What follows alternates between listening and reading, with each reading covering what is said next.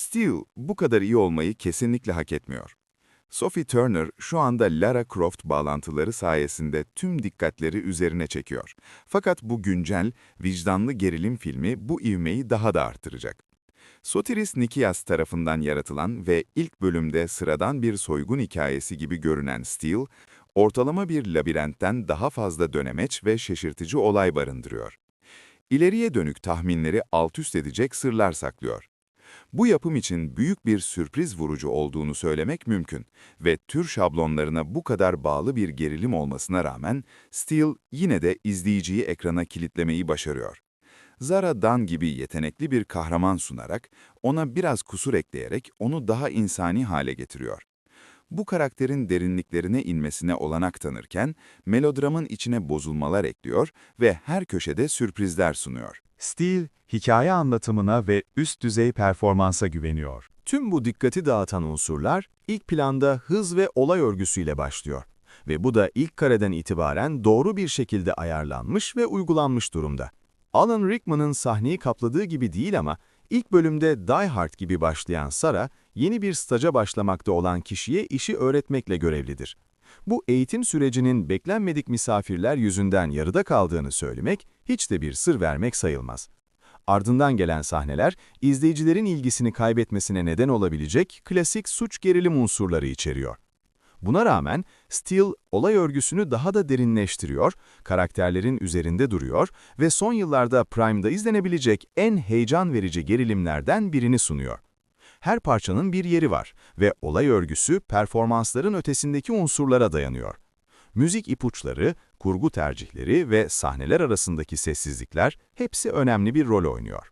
Steele, gerçekten tekerleği yeniden icat etmese de bu parçaların bir araya getirilme şekli her şeyi taze hissettiriyor. Mekan da hikayede önemli bir etkiye sahip. Steele'e bir boyut daha katıyor ve başkentin olayların merkezinde büyük bir rol oynamasını sağlıyor. The Night Manager'ın ikinci sezonu Londra'yı aynı şekilde kullanarak o gizli karakteri yerleştiriyor ve ona bağlam yoluyla bir kimlik kazandırıyordu. Steele zaman zaman casusluk unsurlarını da kabul ediyor. Hatta 007 izleri bile bulunsa. İzleyiciler her karakterin motivasyonlarını sorgulamak zorunda kalıyor. Çünkü hepsi kendilerini alıştıkları sınırların dışına itiyor ve kime güvenileceğini bilmek imkansız hale geliyor. Bu belirsizlik, izleyiciler için bir tür kapalı alan hissi yaratıyor ve bu nedenle Steele sıkı bir yapım gibi geliyor. Gereksiz olay noktasına yer yok, lüzumsuz diyalog da yok ve karakterlere tam gereken boşluk veriliyor. Bu, sonu açık bırakmayan, akıllıca ve düşünülerek oluşturulmuş bir hikaye anlatımı. İzleyiciler, tanımlanması zor bir biçimde bağlı hissedecek ve bu yaklaşım onları karakterle daha da yakınlaştıracak. Çünkü her şey oldukça sağlam bir temele oturuyor. Sophie Turner, bu gösterinin gerçek anahtarı. Bu karakter Zara Dan ve Sophie Turner bu rolü oldukça etkili bir şekilde canlandırıyor. Eylemleri dikkat çekici olmamakla birlikte 6 bölüm boyunca özenle yaptığı seçimlerle bu durumu sağlıyor. Hikaye onun üzerinde yoğunlaşmışken ve Tomb Raider'daki projeleri kapıda, bu sorumluluk alma zamanı. Zara'nın kaygılı, şımarık ya da daha da kötüsü, sempatik olmayacak şekilde hissedilmesi bekleniyordu. Ancak Sophie Turner her zaman sürprizlerle dolu. İzleyicilere sunulan ise zorlamasız bir gelişim. Londra'daki otel fiyatları ile ilgili bazı tutarsızlıklar olabilir ama bu hatalar Turner rolünü o kadar iyi sahipleniyor ki kolayca affediliyor. Senaryo tahmin edilebilir gelebilir ama her durumu başarıyla taşıyor ve kendi değerini düşürmüyor. Eğer onu daha önce sadece bir toplu kadroda görmediyseniz merak etmeyin, o bekleyen bir başrol oyuncusu. Manipülatif bir anneyle karşı karşıya kalırken ya da yetkililerden gelen rahatsız edici soruları yanıtlamak zorunda olduğunda bu performans asla durağanlaşmıyor. Ama Turner, duygularla ilgili sahnelerde abartıya kaçmıyor. Zara'nın samimiyeti Steele'ın her anını başarıyla taşıyor. Bu hikaye alışıldık bir yolda yürüse bile. Zara'nın yalnız kaldığı anlarda içsel bir sorgulama var ki bu eserin atmosferini koruyor ve paradan daha önemli bir şeye yönlendiriyor. Kendisi hayatında sorumluluk alma zamanına geldi. Steele'da yaşanan olaylar bu hisleri daha da artırıyor ve bu meslektaşlar ve arkadaşlarla arasına mesafe koyuyor. Burada evrimi en belirgin şekilde görebiliyoruz ve değişim serinin boyunca yavaş yavaş gerçekleşiyor. Fakat bu aydınlanmalara rağmen bazen Zara'nın da yardıma ihtiyacı oluyor. İşte burada DCI Rice Kowalczyk devreye giriyor. Reis Kovac, kendi içsel çatışmalarıyla tanımlanıyor. Jacob Fortune Lloyd, belki de herkesin aklına gelmeyen bir isimdir, ancak son yıllarda farklı projelerde önemli adımlar atıyor.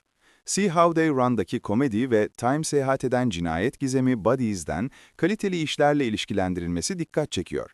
Steele, Jacob Fortune Lloyd'un kalitesini DCI Reese Kovac karakteriyle bir kez daha sergilediği bir örnek. İzleyicilere tipik bir Britanya otorite figüründen çok daha fazlasını sunuyor.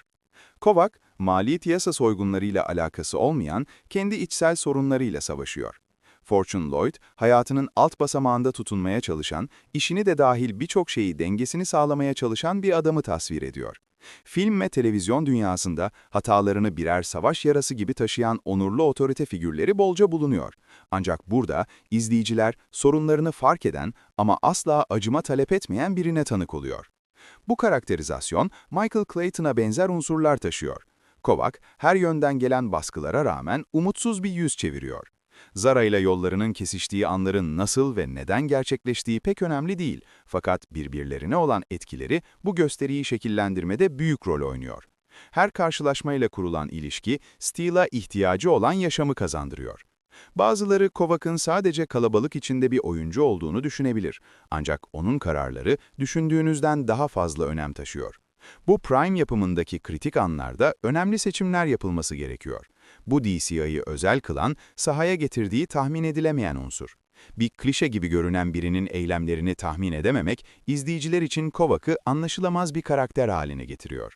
Eğer Zara'nın diğer suç ortağı da bu kadar çok duygusal katmana sahip olsaydı, Steele gerçekten mükemmel olabilirdi. Luke, hayal kırıklığı olabilir.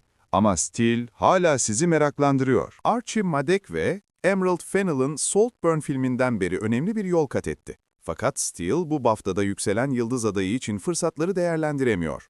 Performansı yeterince sağlam olmasına rağmen karakterde otomatik bir yaklaşım seziliyor ve bu da duyguları diğerleri gibi ateşleyemiyor. Luke'un yalnızca klişelere saplanması, izleyicilerin onu çabuk arka plana atmasına yol açıyor ve Zara ana sahneye çıkıyor. Ari Aster'in Midsommar filminde iz bırakan bir oyuncu için, Madekwe'nin Steel boyunca yaptıkları çoğunlukla destekleyici rol kalıyor.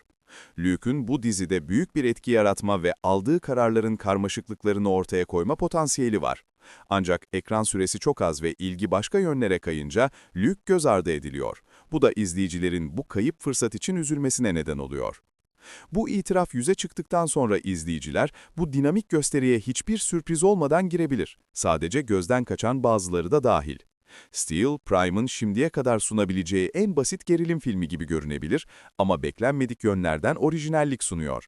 Hikaye anlatımı, etkileyici yıldız performansları veya eski usul bir sayfa çevirici gibi hissettiren bir olay örgüsüyle sürekli riskleri artırıyor. Olaylar yoğunlaşırken ve Zara köşeye sıkışırken, izleyiciler bu dizinin kalıplara geri döneceğini düşüneceklerdi. Belki de Steele'ın en etkileyici yanı, zevke bakılmaksızın her izleme listesinde bulunmasını sağlayan bu özelliktir. Bu, bir vicdanı olan ve insanların dikkatini kaybettiği anda beklentileri altüst eden bir gerilim filmi. Bazıları Sophie Turner'ın Tomb Raider kadrosuyla beklentileri geçip geçemeyeceğini görmek için yayına bağlanabilir.